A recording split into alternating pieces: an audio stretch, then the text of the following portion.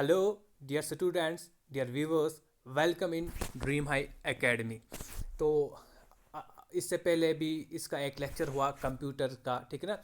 हमने जैसा कि ये मिशन लिया है, टास्क लिया है कि आपके जो एसएसबी की नोटिफिकेशन, ठीक है ना, स्पेसिफिक हम उसी पे ही फोकस कर लेंगे। जो अकाउंट्स असिस्टेंट है, चाहे सब इंस्पेक्टर है, फाइनेंस में जो पोस्ट्स आए, या जूनियर असिस्टेंट के भी जो भी पोस्ट्स है, कंप्यूटर के लेक्चर्स आपको यहाँ पे मिलेंगे। इसके बाद जीएस के भी लेक्चर्स आपको मिलेंगे, ठीक है। बस आप अपना फीडबैक देते रहिएगा और सपोर्ट करते रहिएगा, ठीक है। तो जैसा कि कल हमने एक लेक्चर किया, ठीक है ना, जिसने वो लेक्चर नहीं देखा, मैं लिंक डिस्क्रिप्शन में दूंगा, डिस्क्रिप्शन बॉक्स में आप चेक कर लें, उस लेक्चर की लिंक होगी और आप पहले उस लेक्चर को देख लो, तभी आप इस वाले लेक्चर को समझ पाओगे। और इसके अलावा भी टेलीग्राम की भी लिंक मैं आपको डिस्क्रिप्शन बॉक्स में दे रहा हूँ, वहाँ पे भी ज्वाइन कर लेना, ठीक है। चलिए फिर स्टार्ट कर लेंगे आज लेक्चर नंबर 2 से।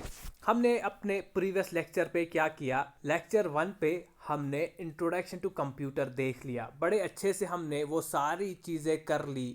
क्या इनपुट होता है, क्या आउटपुट होता है, क्या प्रोसेसिंग होती है, वो हमें अब समझ आ चुका। आहिस्ता आहिस्ता से आप लोगों की समझ डेवलप हो जाएगी, कंप्यूटर की नॉलेज आप लोगों को आहिस्ता आहिस्ता, इसकी टर्मिनोलॉजी सारा कुछ समझ आ जाएगा, ठीक है।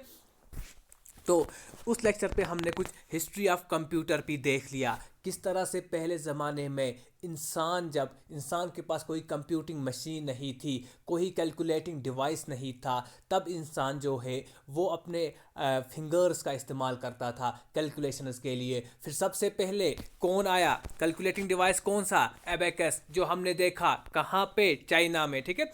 तो यहाँ तक हमने कल किया था। आई थिंक कि हमने नेपर बोन भी किया था, ठीक है ना। तो चलो एक ऊपर से फिर से मैं रिवाइज करवाऊंगा आप लोगों को। देखिए, सबसे पहले एबेकस की जो बात करी हमने कि ये फर्स्ट कंप्यूटिंग काउंटिंग डिवाइस था, ठीक है, फर्स्ट काउंटिंग डिवाइस। इसमें बीड्स लगे हुए थे, वुडन फ्रेम था, कुछ इस स्ट्रक्चर का था, और ये इस्तेमाल में आता था प्लस माइनस, एडिशन सब्सट्रैक्शन के लिए, सिंपल एडिशन सब्सट्रैक्शन के लिए, ठीक है। ये मेरे लास्ट लेक्चर पे डिटेल में बताया है, वहाँ जाके आप चेक कर सकते हो। नेपर बून भी हमने देखा, ठीक है ना।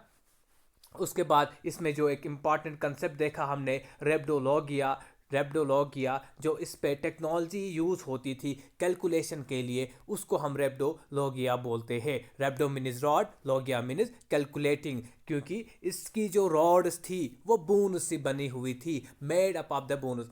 तो ये सारा हमने किया। पैस्कलाइन को एडिंग मशीन बोला जाता है। जेकार्ड्स लूम में हमने एक इंपॉर्टेंट कैरेक्टरिस्टिक देखा, क्या देखा कि फर्स्ट पंच कार्ड्स यहाँ से ही डेवलप हुए, जिसका ये भी हमने देखा कि ये इस्तेमाल होते थे फॉर ए टेम्पोररी स्टोरेज, कुछ भी चीज़ को स्टोर करने के लिए ये इस्तेमाल होते थे, लेकिन परमानेंट नहीं, सिर्फ ये टेम्पोररी यूज़ के लिए थे, ठीक है। हाँ, उसके बाद एनालिटिकल इंजन से आज हमने स्टार्ट करना है। आज का टॉपिक हमारा यहाँ से स्टार्ट होता है। हम कोशिश कर लेंगे जनरेशन्स ऑफ कंप्यूटर आज ही ख़त्म हो जाए। देखिए, एनालिटिकल इंजन, इससे पहले मैं आपको और एक बात बता दूं, जो चार्ल्स बेबेज है उसने इससे पहले डिफरेंस इंजन भी इन्वेंट किया था, डिफरेंस इंजन भी डेवलप किया था। किसने? चार्ल्स बेबेज ने। सो ये बात भी आप याद रखेंगे कि एनालिटिकल इंजन से पहले 1920 1922 इसी के आसपास चार्ल्स बेबेज क्या करते हैं, डिफरेंस इंजन ही डेवलप करते हैं। देखिए, आप एनालिटिकल इंजन की अगर बात कर लेंगे, अगर आप अगर आप देख लोगे, यहाँ से ही कंप्यूटर को हम पढ़ रहे हैं अच्छे से, यहाँ से ही, तभी तो चार्ल्स बेबेज को फादर ऑफ कंप्यूटर माना जाता है, क्योंकि कंप्यूटर का कंसेप्ट तो हमने देखा, कैलकुलेशन का कंसेप्ट तो हमने देखा, एबेकस से आता है, लेकिन यहाँ पे कुछ प्रोग्रामिंग हुई, कंप्यूटिंग की टेक्नोलॉजी आई, कंप्यूटर की कुछ टेक्नोलॉजी आई, जिसको हमने बताया कि father of computer Charles Babbage. तो क्या होता है, 1837 के आसपास एनालिटिकल इंजन जो है वो डेवलप हो जाता है। इन्वेंट कौन करता है? Charles Babbage. इसको फादर ऑफ कंप्यूटर भी बोला जाता है। फादर ऑफ मॉडर्न कंप्यूटर कौन है? एलन ट्यूरिंग, ठीक है। फर्स्ट लेक्चर में मैंने आपको बता दिया है। This was first general purpose computer. क्या होता है general purpose computer? General purpose का मतलब होता है कि बहुत सारे टास्क करना, ठीक है। जनरल पर्पस कंप्यूटर था ये, बहुत सारे अब ये टास्क परफॉर्म कर रहा था, ठीक है ना। सिर्फ कैलकुलेटिंग के लिए ही इस्तेमाल नहीं होता था, बल्कि बहुत सारे टास्क अब ये करता था। कौन? Analytical engine. ये जो प्रोग्राम है, मैंने बोला ना कि प्रोग्रामिंग भी यहाँ से ही डेवलप होती थी। ये स्टोर कर रहा था, क्योंकि अब स्टोरेज का कंसेप्ट आया। कहाँ से स्टोरेज का कंसेप्ट मिला हमें? पंच कार्ड्स जब डेवलप हुए, जैकार्ड स्लू में हमने देखा पंच कार्ड्स डेवलप हुए, तो टेम्पोररी स्टोरेज का कंसेप्ट वहाँ पे आया। अब एनालिटिकल इंजन में भी स्टोरेज आपको देखने को मिलेगी, ठीक है ना। तो इसने अब स्टोर करने लगा। एनालिटिकल इंजन में भी प्रोग्राम स्टोर हुआ in the form of pegs की फॉर्म में, ठीक है। इसको it is also known as barrels, ठीक है। और ये टेम्पोररी स्टोरेज थी। It was a decimal machine used sign and magnitude for the representation of a number. अब यहां से आप लोगों का जो मैकेनिकल पार्ट है वो खत्म हुआ, ठीक है। मैकेनिकल कंप्यूटर की दुनिया, मैकेनिकल कैलकुलेटिंग की दुनिया खत्म हो रही है। यहाँ से अब देख लोगे आप इलेक्ट्रोमैकेनिकल की दुनिया आ रही है। कंप्यूटर की दुनिया में, कंप्यूटर की हिस्ट्री में इलेक्ट्रोमैकेनिकल डिवाइसेस आ रहे हैं। तो सबसे पहला जो इलेक्ट्रोमैकेनिकल डिवाइस था, एग्जाम में आ सकता है ये question, which is the first electromechanical computer, ठीक है। Tabulating machine. टेबुलेटिंग मशीन जो है फर्स्ट इलेक्ट्रोमैकेनिकल कंप्यूटर है, ठीक है ना। 1890 के आसपास इसको इन्वेंट किया गया। और किसने इसको इन्वेंट किया? हॉलरिथ ने, ठीक है।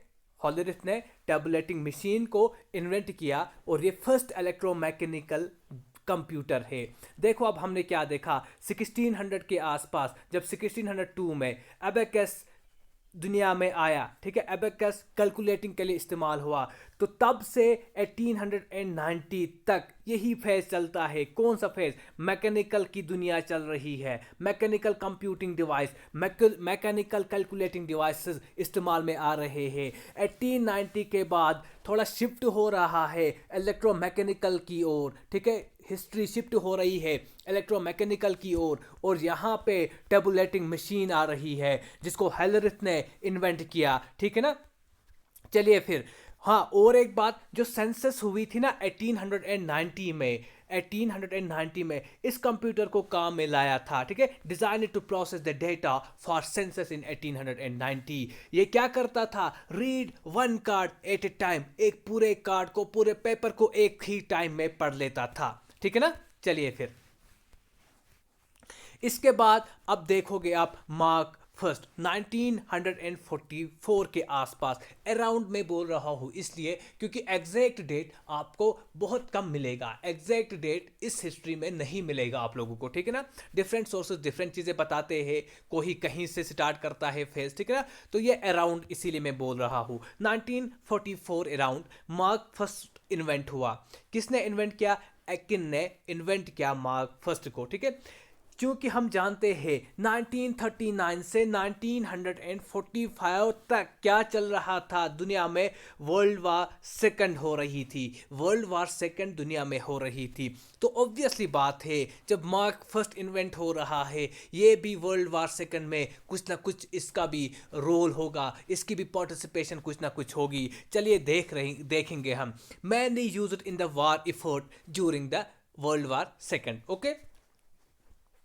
यहां पे भी स्टोरेज आई, मैग्नेटिक ड्रम्स की शेप में स्टोरेज आई, लेकिन ये भी स्टोरेज क्या थी? ये स्टोरेज जो है ये आपको देखने को मिलेगी टेम्पररी स्टोरेज, ठीक है। चलिए फिर,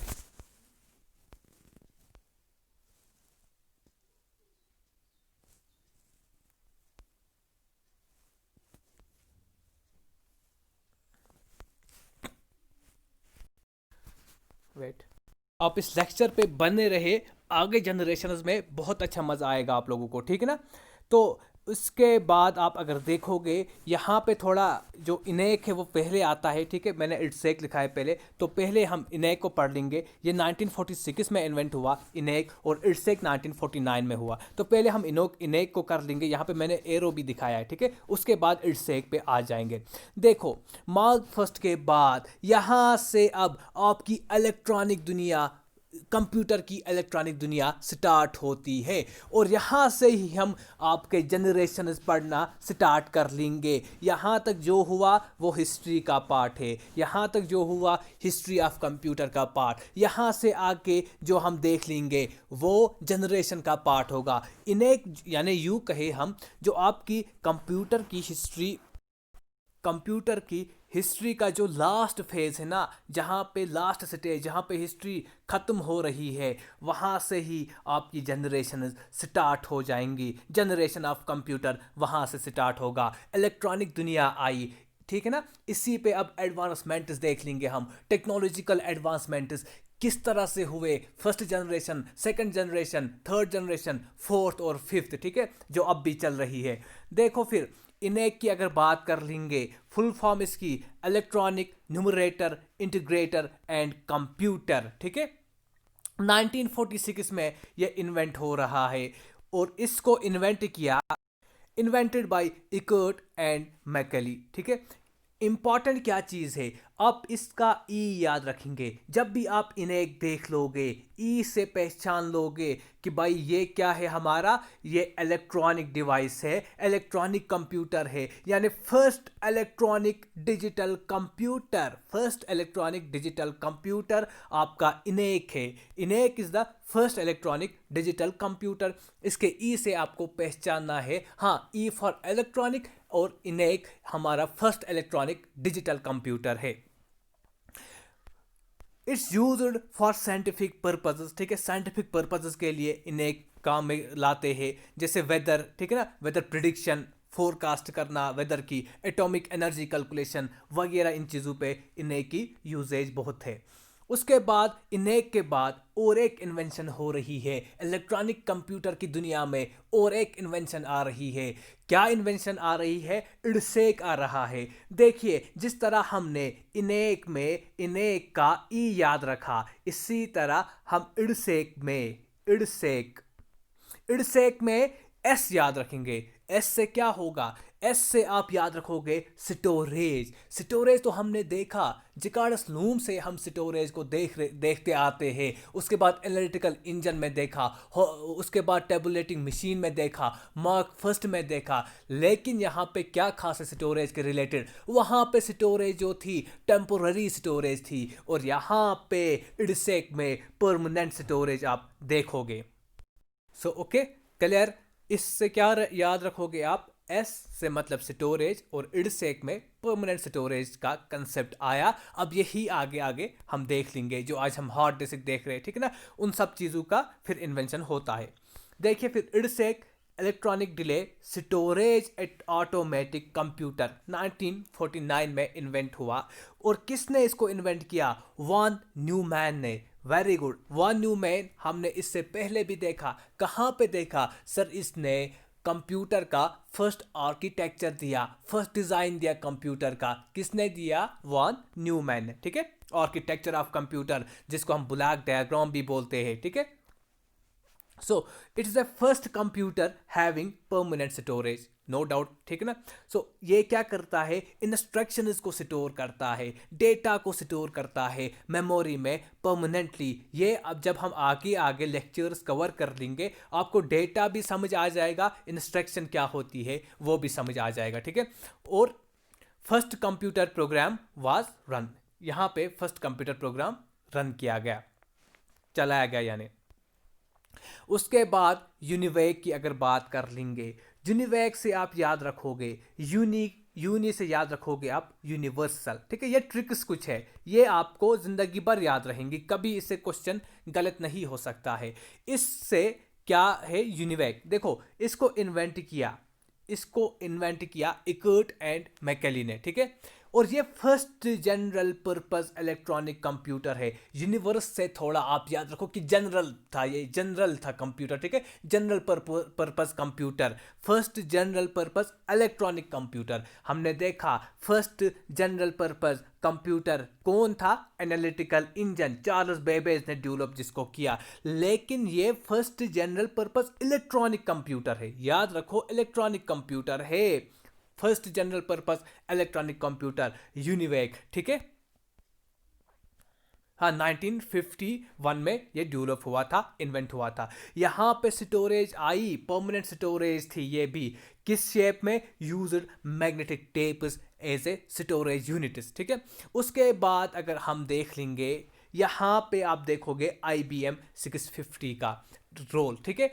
IBM इंटरनेशनल बिजनेस मशीन 650, इसको किसी एक इंसान ने इन्वेंट नहीं किया, बल्कि एक कंपनी थी USA, अमेरिका की एक कंपनी ने इसको इन्वेंट किया। IBM नाम है उस कंपनी का, ठीक है। तो उसी नाम से इसका भी नाम रखा IBM 650 इंटरनेशनल बिजनेस मशीन, ठीक है। Converts alphabet and characters in 2-digit decimal code. और ये कहाँ पे इस्तेमाल होता है, payroll processing, oil refinery design, market research analysis, और it is for highly commercial use, ठीक है। क्यों नहीं होगा, अरे बिजनेस मशीन ने ही, बिजनेस से याद रखो आप कि इसका जो यूज़ है वो कमर्शियल है, क्योंकि बिजनेस आया ना, बिजनेस से आप याद रखोगे कमर्शियल। ओके, तो ये हिस्ट्री आप लोगों की कंप्लीट हुई, हिस्ट्री ऑफ कंप्यूटर आपका कंप्लीट हुआ। अब क्या देखा हमने हिस्ट्री पे, ज़रा एक बार फिर देख लेंगे। 1602 के आसपास एबेकस आ रहा है और ये मैकेनिकल की दुनिया चलती है। अभी तक हमने दो चीज़ें देखी, मैकेनिकल और इलेक्ट्रोमैकेनिकल। सर हमने इलेक्ट्रॉनिक भी देखी, हाँ बिल्कुल हमने इलेक्ट्रॉनिक भी देखी। इलेक्ट्रॉनिक कब से देखी, इनेक से देखी हमने, फर्स्ट इलेक्ट्रॉनिक डिजिटल कंप्यूटर हमारा इनेक है। लेकिन अब आप लोग हिस्ट्री नहीं देखोगे, अब आप जनरेशन देखोगे। ये फर्स्ट जनरेशन जो हमने पढ़ा ना, यूनिवेक, ठीक है, IBM और भी, ठीक है ना, इनको हमने फर्स्ट जनरेशन पे रखा। अब बोलोगे आप सर कैसे, यहाँ पे हमने पहले हिस्ट्री पढ़ ली। हाँ देखिए, क्योंकि इलेक्ट्रिकल पहले मैकेनिकल जब था, जब तक वो चला तब तक वो उस पे हमने हिस्ट्री पे डिस्कस नहीं करते थे, ठीक है। जब उसका फेज खत्म हुआ तो वो मैकेनिकल, अब वो पास्ट बन गया, वो हिस्ट्री बन गई, ठीक है। उसके बाद जब उसके बाद आया इलेक्ट्रोमैकेनिकल, उसको भी हमने थोड़ा सा पढ़ लिया। जब ये इसका भी खत्म हुआ, ठीक है, उसके बाद जब इसको रिप्लेस किया, नई टेक्नोलॉजी आई, यानी इलेक्ट्रॉनिक की दुनिया आई, तो हमने अब इलेक्ट्रॉनिक की दुनिया पढ़ना स्टार्ट किया। अब जब हम इलेक्ट्रॉनिक दुनिया पढ़ लेंगे, अब बोलोगे सर देखिए ये कब हिस्ट्री बनेगी, जब इसको कोई और चीज़ रिप्लेस करेगी। इलेक्ट्रॉनिक का कंसेप्ट ही कब जब ख़त्म होगा, जब कोई नई टेक्नोलॉजी आएगी, कोई ऐसी नई टेक्नोलॉजी आएगी जो इलेक्ट्रिसिटी में नहीं चलेगी, कुछ और टेक्नोलॉजी लाएंगे, तब हम इसको हिस्ट्री में डाल देंगे, तब हम जनरेशंस नहीं पढ़ लेंगे। आई होप आप लोगों को यहाँ तक क्लियर हुआ होगा। देखिए अब जनरेशन ऑफ कंप्यूटर, अब देखो बड़ा इंटरेस्टिंग टॉपिक है, बड़ा इंटरेस्टिंग टॉपिक है, प्लीज़ आप अच्छे से इन चीज़ों को समझो। एक एक चीज़ समझा दूंगा मैं, और आई होप कि आपको अच्छे से ये अंडरस्टैंड होगा। कंप्यूटर देखो, each generation of computer is characterised by major technological development. जो मैंने बताया आपको कि यहाँ पे आप टेक्नोलॉजिकल डेवलपमेंट देख लोगे। और इम्पॉर्टेंट बात बता दूँ मैं आप लोगों को, इम्पॉर्टेंट बात बता दूँ कि यहाँ पे एक हार्डवेयर में और दूसरा सॉफ्टवेयर में, जो हमने फर्स्ट लेक्चर पे देखा, important components of a computer, hardware होता है, सॉफ्टवेयर होता है। यहाँ पे आप हार्डवेयर में भी चेंजेस देखोगे, सॉफ्टवेयर में भी चेंजेस देखोगे। जब जब हमने हार्डवेयर को चेंज किया, सॉफ्टवेयर को चेंज किया, तब तब कंप्यूटर ने अपनी जनरेशन चेंज की, यानी सेकंड जनरेशन पे आए। फर्स्ट जनरेशन के हार्डवेयर को जब हमने रिप्लेस किया तो सेकंड जनरेशन आई, तो इसका सॉफ्टवेयर भी चेंज किया, तो ये सेकंड जनरेशन में आया। तो वही डिस्कस कर लेंगे। देखो क्या होता है, फर्स्ट जनरेशन में वैक्यूम ट्यूब को यूज़ किया स्विचिंग डिवाइस। ये स्विचिंग डिवाइस क्या होता है? आप स्विचिंग डिवाइस बोलो और प्रोसेसर बोलो, वन एंड सेम थिंग। इसको स्विचिंग डिवाइस बोलो या प्रोसेसर बोलो, एक ही बात है। या कंप्यूटर का इंपॉर्टेंट हार्डवेयर, यूँ तो हार्डवेयर बहुत सारे चीज़ें हैं, लेकिन कंप्यूटर का इंपॉर्टेंट हार्डवेयर आपका स्विचिंग डिवाइस है, आपका प्रोसेसर है, ठीक है ना। तो यहाँ इंपॉर्टेंट सॉफ्ट हार्डवेयर में ही हम चेंज लाते हैं। स्विचिंग डिवाइस क्यों नाम रखा है ये भी बता दूंगा मैं आप लोगों को। क्योंकि हम जानते हैं कि स्विच ऑन ऑफ, ठीक है, ऑन ऑफ, इसी लैंग्वेज को हमारा कंप्यूटर भी समझता है। 0 1, ठीक है, ऑन ऑफ 0 1, इस तरह से आप याद रखोगे। तो जो इंपॉर्टेंट प्रोसेसर था फर्स्ट जनरेशन में, कौन से थे? वैक्यूम ट्यूब्स, बड़े बड़े वैक्यूम ट्यूब्स। आप मानो हमारे मतलब इस वक्त जो इलेक्ट्रिसिटी बल्ब आते हैं, ठीक है, इसी हिसाब से कुछ वैक्यूम ट्यूब थे, लेकिन वो बहुत बड़े थे। वैक्यूम ट्यूब्स बहुत बड़े थे, जिसकी वजह से डिवाइस भी बहुत बड़ा बन जाता था, ठीक है। फर्स्ट जनरेशन के कंप्यूटर्स बहुत बड़े थे, मतलब एक रूम में ही उनको रखा जाता था, पूरी स्पेस रूम की वो ऑक्यूपाई करते थे, इतने बड़े वैक्यूम ट्यूब्स हुआ करते थे। सो फर्स्ट जनरेशन में जो इंपॉर्टेंट हार्डवेयर है या स्विचिंग डिवाइस या जिसको प्रोसेसर बोलते हैं हम, वैक्यूम ट्यूब था, ठीक है। यहाँ पे स्टोरेज की बात कर लेंगे। Magnetic drums were used for memory. क्या परमानेंट मेमोरी थी? अभी कहीं कहीं पे आप देखोगे परमानेंट मेमोरी, ठीक है, लेकिन इनेक पे उतनी परमानेंट मेमोरी का कंसेप्ट नहीं आया था। So magnetic drums were used for memory, यानी कि मैग्नेटिक ड्रम्स को इस्तेमाल किया जाता था। जिस तरह आज हमारे हार्ड डिस्क आते हैं, उसी तरह यहाँ पे मैग्नेटिक ड्रम्स को हमने इस्तेमाल में लाया। हाँ, अब तक कीबोर्ड का भी कंसेप्ट नहीं आया था। सर कीबोर्ड का क्या हमें यहाँ लेना देना? इनपुट भी देना है कंप्यूटर को, तो हम कीबोर्ड से नहीं, पंच कार्ड से हम इनपुट दे रहे थे। पंच कार्ड से हम इनपुट दे रहे थे। पंच कार्ड हमने जेकार्डस लूम से देखा, तब से ये इन्वेंट हुए हैं। So punch cards were used for feeding input. जिस तरह से हम आज कीबोर्ड से इनपुट दे रहे हैं कंप्यूटर को, फर्स्ट जनरेशन में आप पंच कार्ड का इस्तेमाल करते थे, तब जाके कंप्यूटर को इनपुट मिल रहा था, ठीक है। सॉरी। और लैंग्वेज कौन सी यूज होती थी? यहां पे जो लैंग्वेज थी वो मशीन लेवल लैंग्वेज थी, मशीन लैंग्वेज थी, ठीक है। ये बहुत, जो मशीन लैंग्वेज होती है बहुत डिफिकल्ट लैंग्वेज होती है, ठीक है। 0 और 1 की लैंग्वेज जिसको हम बोलते हैं, जो डायरेक्ट कंप्यूटर की ही लैंग्वेज होती है, लो, ठीक है, लोवेस्ट लेवल लैंग्वेज या लो लेवल लैंग्वेज बोल सकते हो। देखो, एक होती है हाई लेवल लैंग्वेज, दूसरा होता है लो लेवल लैंग्वेज। जो लो लेवल लैंग्वेज है, इसके भी दो टाइप्स है, एक मशीन लैंग्वेज है, दूसरा असेंबली लैंग्वेज है। असेंबली लैंग्वेज में थोड़ा थोड़ा ये भी डिफ़िकल्ट होती है, ये भी डिफ़िकल्ट। लो लेवल लैंग्वेज है, मतलब बहुत डिफ़िकल्ट होती है समझने में। तो मशीन लेवल लैंग्वेज बहुत ही डिफ़िकल्ट थी, इसमें तो भी कुछ एडवांसमेंट्स थे, कुछ और भी हम समझ सकते थे यहाँ पे, लेकिन मशीन लेवल लैंग्वेज जो है बहुत डिफ़िकल्ट थी। 0 और 1 की भाषा समझनी थी। अगर स्पीड की हम बात कर लेंगे, स्पीड 300 माइक्रो सेकेंड्स, यानी जो बाकी जनरेशन देखोगे उनसे थोड़ा ज़्यादा स्पीड थी, कम स्पीड थी, सॉरी, यानी कि बहुत टाइम ले रहा था इस ये प्रोसेसिंग में। अब मैंने आपको बताया कि ऑपरेटिंग सिस्टम में भी, यहाँ पे ऑपरेटिंग सिस्टम क्या है? सॉफ्टवेयर। जो इम्पॉर्टेंट सॉफ्टवेयर होता है ना कंप्यूटर का, वो ऑपरेटिंग सिस्टम ही होता है। जैसे हमने देखा इम्पॉर्टेंट हार्डवेयर में चेंज हुई, जनरेशन चेंज हुई, इम्पॉर्टेंट सॉफ्टवेयर में भी चेंज हो जाएगी, तब जनरेशन चेंज कर लेगा कंप्यूटर। ऑपरेटिंग सिस्टम जैसे आपके मोबाइल में ये एंड्रॉयड आता है, ठीक है, विंडोज़ का ऑपरेटिंग सिस्टम, ये सारे ऑपरेटिंग सिस्टम होते हैं जो एक प्रोग्राम को, मतलब जो एक डिवाइस को ही रन करते हैं। चलो वो ऑपरेटिंग सिस्टम में ही पढ़ लेंगे, लेकिन यहाँ पे फर्स्ट जनरेशन में कौन सा ऑपरेटिंग सिस्टम यूज़ हुआ? Base operating system. ये क्या होता है बेज ऑपरेटिंग सिस्टम? हमें पढ़ना है ऑपरेटिंग सिस्टम में, लेकिन यहाँ पे भी थोड़ा डिस्कस कर लेंगे। देखो क्या होता है, फॉर एग्जाम्पल कंप्यूटर के पास 3 टास्क आ गए।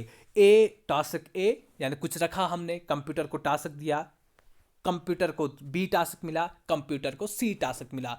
ये बैच इसमें काम कर लेगा जिनकी सिमिलरिटीज ए से मिलती है, ठीक है ना। पहले वो इसको काम कर लेगा, पहले एक बैच उठाएगा, ए का बैच उठाएगा, ए में उन चीज़ों को रखा जिनकी सिमिलरिटीज है, जिनको एक ही प्रोग्राम चाहिए रन करने के लिए, जिनको एक ही सेम ऑपरेशन करना है। उसके बाद बी में जाएगा, उसके बाद सी में जाएगा। इस तरह से बैच इसमें ये काम करता है। ये एक साथ काम नहीं कर सकता, यानी ए को भी उठाए, बी को भी उठाए, यहां से सी को भी उठाए, नहीं, ऐसा कंप्यूटर नहीं कर सकता फर्स्ट जनरेशन में, ठीक है। तो सिंपल सी बात है कि हमारा जो फर्स्ट जनरेशन में हमने देखा बैच ऑपरेटिंग सिस्टम इस्तेमाल हुआ। सो कंप्यूटर का important software operating system, important hardware switching device या प्रोसेसर।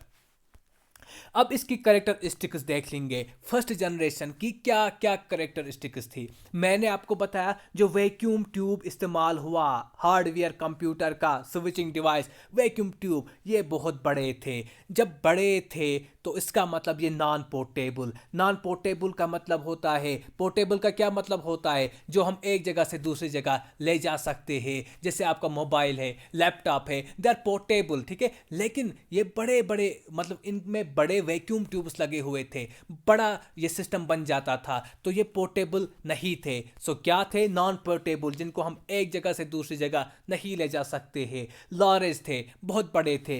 हाँ, और एक बात, ये प्रोड्यूस करते थे, इनको बहुत सारी यानी कि बहुत सारे ये हीट प्रोड्यूस करते थे वहाँ से। इनको स्टार्ट करने के लिए बड़े बड़े जनरेटर चाहिए थे हमें, इसीलिए बहुत सारी हीट प्रोड्यूस होती थी। जब हीट प्रोड्यूस होती थी तो क्या होता है, फैन सिस्टम होता है। लेकिन फर्स्ट जनरेशन में आप लोग फैन नहीं देखोगे, इसीलिए इन कंप्यूटर्स को एसी रूम्स में रखा जाता था। एसी रूम्स में रखा जाता था। क्यों एसी रूम्स में रखा जाता था? क्योंकि बहुत सारी हीट प्रोड्यूस हो रही थी, हीट को कंपनसेट करने के लिए एसी रूम्स की जरूरत थी, तो ऐसे कंप्यूटर्स को एसी रूम्स में रखा जाता था। Okay, speed was low as compare to other generation. जो ही हम सेकंड जनरेशन में जाएंगे स्पीड इंक्रीज होगी, थर्ड फोर्थ फिफ्थ आप जनरेशन में जाओगे तो स्पीड बहुत ही तेज है। ओके, तो ये बात आप समझ लोगे। एसी रूम रिक्वायर्ड थे। क्यों एसी रूम की जरूरत थी? सर हीट बहुत प्रोड्यूस हो रही थी, ठीक है। और एक बात है, it's used sequential processing method. क्या होता है सीक्वेंशियल प्रोसेसिंग मेथड? बस कुछ नहीं, जैसे हमने बेस में देखा, यानी कि बेस ऑपरेटिंग सिस्टम में ही सीक्वेंशियल प्रोसेसिंग होती है। सीक्वेंस का मतलब क्या होता है? सीक्वेंस में काम कर लेगा, पहले ए को करेगा, बी सी, ठीक है। पहले ए का टास्क खत्म, फिर बी का, फिर सी का, यानी कि एक सीक्वेंस में जाएगा। पैरेलल नहीं कर सकता। पैरेलल का मतलब ए और बी को साथ में प्रोसेसिंग नहीं कर सकता, सी को साथ में प्रोसेसिंग नहीं कर सकता। इसमें सीक्वेंशियल प्रोसेसिंग होती है, बेस ऑपरेटिंग सिस्टम होता है। आपकी फर्स्ट जनरेशन की जो कंप्यूटर की फर्स्ट जनरेशन है वो खत्म हुई, ठीक है। अब हम सेकंड जनरेशन पे देख लेंगे। अब आप खुद बताओगे कहाँ कहाँ पे चेंजेस होगी। मैंने पहले ही बताया आपको, जनरेशन में कंप्यूटर के इंपॉर्टेंट हार्डवेयर। अब आप खुद बताओगे सर हम जब सेकंड जनरेशन पे जाएंगे स्विचिंग डिवाइस पे चेंज आएगी, और कहाँ पे चेंज आएगा? ऑपरेटिंग सिस्टम में चेंज आएगा। बस इन दो चेंजेस को आपको समझना है और आपकी जनरेशन आगे आगे चलती आएगी। हाँ, और एक बात देखिए, यहाँ पे मैं भूल गया आपको, एप्लीकेशन इन फर्स्ट जनरेशन को इनकी क्या एप्लीकेशन है, कहाँ पे यूज़ करते थे हम? मैंने पहले ही बताया आपको, इनेक वगैरह इनका जो यूज़ है वो साइंटिफिक यूज़ है। इसमें कौन कौन से, ये चीज़ें आपको याद रखना है, ये चीज़ें आपको याद रखना है। अगर बाकी सब भूल जाओगे ना, बाकी सेकंड थर्ड की अगर इनके नाम भूल जाओगे, बट ये याद रखो। वैसे याद तो हर एक चीज़ रखनी है आप लोगों को, ठीक है। इनेक, इडसेक, यूनिवेक, IBM, यानी जो हमने हिस्ट्री में पढ़ा ना थोड़ा थोड़ा पार्ट, वो सारा आपका फर्स्ट जनरेशन में आएगा, क्योंकि अभी ये डेवलप हो रहा था, इनिशियल स्टेज में थी जनरेशन ऑफ कंप्यूटर, ठीक है। तो इनेक, इडसेक, यूनिवेक, IBM, ये आपकी फर्स्ट जनरेशन में आएंगे, ठीक है। उसके बाद डिस्कस कर लेंगे हम सेकंड जनरेशन। सर अब आप मत बताइए, अब हम खुद बताएंगे। यहाँ पे वैक्यूम ट्यूब चेंज होगा, क्यों? क्योंकि इसको रिप्लेस करना है हमें। जब हम इसको रिप्लेस नहीं करेंगे तो हम फर्स्ट जनरेशन में ही है। जब हमने इसको रिप्लेस किया, सेकंड जनरेशन में आए, तो इसमें बेटरमेंट लाएंगे, हम एडवांसमेंट्स लाएंगे। तो सर हमने ट्रांजिस्टर्स को लाया, हमने वैक्यूम ट्यूब को रिप्लेस किया ट्रांजिस्टर्स से, ठीक है ना। तो उसका मतलब स्विचिंग डिवाइस चेंज हुआ, स्विचिंग डिवाइस इसका ट्रांजिस्टर आ गया। सेकंड जनरेशन में आपका स्विचिंग डिवाइस ट्रांजिस्टर से। कितना टाइम हुआ? चलिए, ठीक है। और इस ट्रांजिस्टर्स, और एक बात देखिए, जो आपका वैक्यूम ट्यूब है, फ्लेमिंग ने इसको इन्वेंट किया था, फ्लेमिंग ने, ठीक है। मैंने यहां पे नहीं लिखा, यहां पे नजर पड़ी तब मुझे याद आया। ट्रांजिस्टर्स को किसने इन्वेंट किया? Invented by Bell laboratories. Transistors को बेल लेबोरेटरीज ने इन्वेंट किया।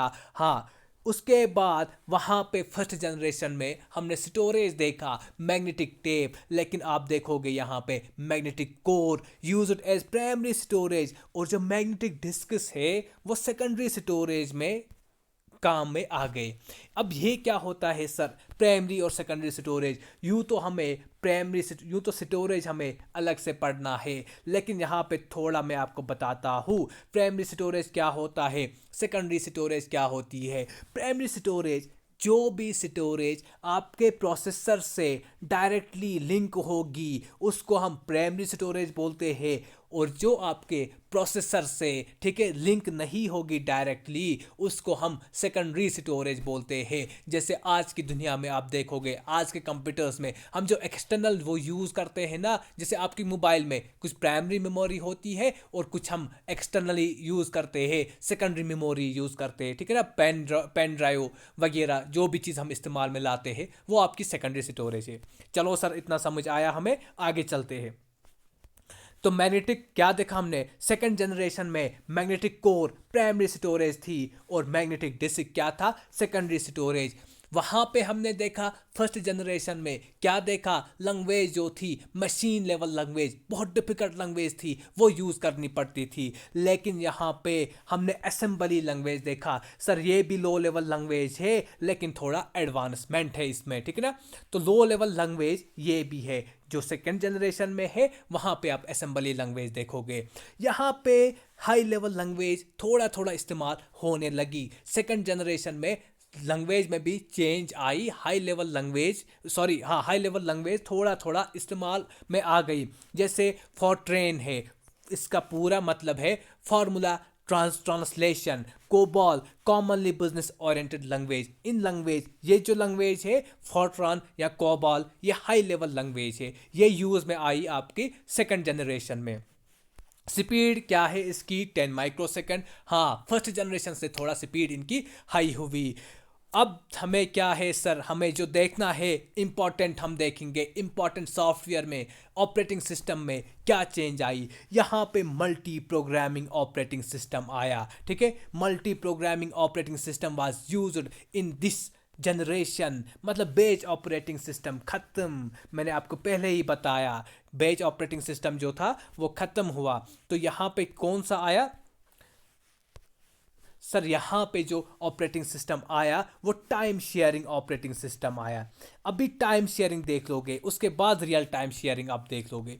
क्या होता है time sharing? Sir time sharing, जैसे हमने देखा ABC टास्क कंप्यूटर के पास आया, बेस में क्या करता है सर, पहले A को उठाएगा, फिर B को उठाएगा और फिर C को उठाएगा। लेकिन टाइम शेयरिंग में सर क्या करता है ये, फॉर एग्जाम्पल इसके 10 सेकंड से इसको 4 सेकंड, इसको 3 सेकंड, यानी टाइम दे रहा है कंप्यूटर, इनको टाइम में डिवाइड करता है। इसको 10 सेकंड में कंप्लीट करेगा, इसको 4 सेकंड में, इसको मैं भी 2 सेकंड में। तो इन सब को ये मल्टी प्रोग्रामिंग करता है, एक साथ प्रोग्राम करता है। आई होप आपको ये चीज़ भी क्लियर हुई होगी। तो अगर मैं यूँ देखूँ सेकंड जनरेशन में क्या चेंज हुआ, इंपॉर्टेंट हार्डवेयर और सॉफ्टवेयर की चेंज बताइए मुझे। सर एक तो हार्डवेयर में ट्रांजिस्टर्स आ गए सेकंड जनरेशन में, वेरी गुड। ट्रांजिस्टर्स के बाद और operating system, sir time sharing operating system आया। वो क्या होता है time sharing? Multi programming operating system, programs को एक साथ एग्जीक्यूट कर रहा था, मल्टी प्रोग्राम्स कर रहा था। ओके, आई होप यहाँ तक आपको क्लियर हुआ। मुझे लगता है आज 2 ही जनरेशन्स कर लेंगे क्योंकि बहुत हो जाएगा, ठीक है। कल 3 4 5 थर्ड फोर्थ फिफ्थ जनरेशन कर लेंगे। करेक्टरिस्टिक्स भी इसके थोड़ा देख लेंगे as compare to first generation. First generation से अगर हम इसको कंपेयर कर लेंगे, अभी थर्ड फोर्थ की बात नहीं करता हूँ, फर्स्ट जनरेशन से क्या होंगे सर, एडवांसमेंट्स आ गई। जो पहले लारेस थे अब ये सुमाल बन गए, ठीक है, सुमाल बन गए। जो पहले ज़्यादा हीट प्रोड्यूस करते थे अब लेस हीट प्रोड्यूस कर लेंगे क्योंकि एडवांसमेंट्स लाए। डिसएडवांटेजेस को हमने ओवरकम करना है। अब लेस पावर सप्लाई चाहिए, पहले जनरेटर्स चाहिए थे इनके लिए, लेकिन अब थोड़ा पावर सप्लाई कम चाहिए। अब फास्टर हुए फर्स्ट जनरेशन से। मशीन लेवल लैंग्वेज भी समझते थे, लेकिन असेंबली लैंग्वेज भी यहाँ पे डेवलप हुई सर, ठीक है ना। IBM देखिए, वो जो IBM 650 था वो फर्स्ट जनरेशन में है, लेकिन 1620 आपकी सेकंड जनरेशन में। IBM की मैक्सिमम, अब जो IBM के जो भी कंप्यूटर्स है 650 के एक्सक्लूडिंग 650 आप सेकंड जनरेशन में देख लोगे। IBM ने यहाँ पे एक मतलब ज़बरदस्त काम किया था। IBM 1401, IBM 7090 और PDP-1 ये इसके एग्जाम्पल्स है। और इनकी यूजेज जो थी पहले ही बताया, अरे भाई बिजनेस ओरिएंटेड कमर्शियल यूज के लिए ये इस्तेमाल हो रहे थे। तो अब थर्ड फोर्थ और फिफ्थ कुछ नहीं, बस यही ट्रांजिस्टर्स को देखना है कौन रिप्लेस कर लेगा, स्विचिंग डिवाइस को कौन रिप्लेस कर लेगा, किस ऑपरेटिंग सिस्टम के साथ आएंगे। फिर चलो वो अपने नेक्स्ट वीडियो पे देख लेंगे। आज आपको फर्स्ट वीडियो की डिस्क्रिप्शन मिलेगी, डिस्क्रिप्शन बॉक्स में लिंक मिलेगी, वहाँ फर्स्ट देखो पहले, फिर सेकंड देखो और फिर अपनी नॉलेज चेक कर लो कितना आप लोगों को समझ आया। Thank you very much, thanks a lot.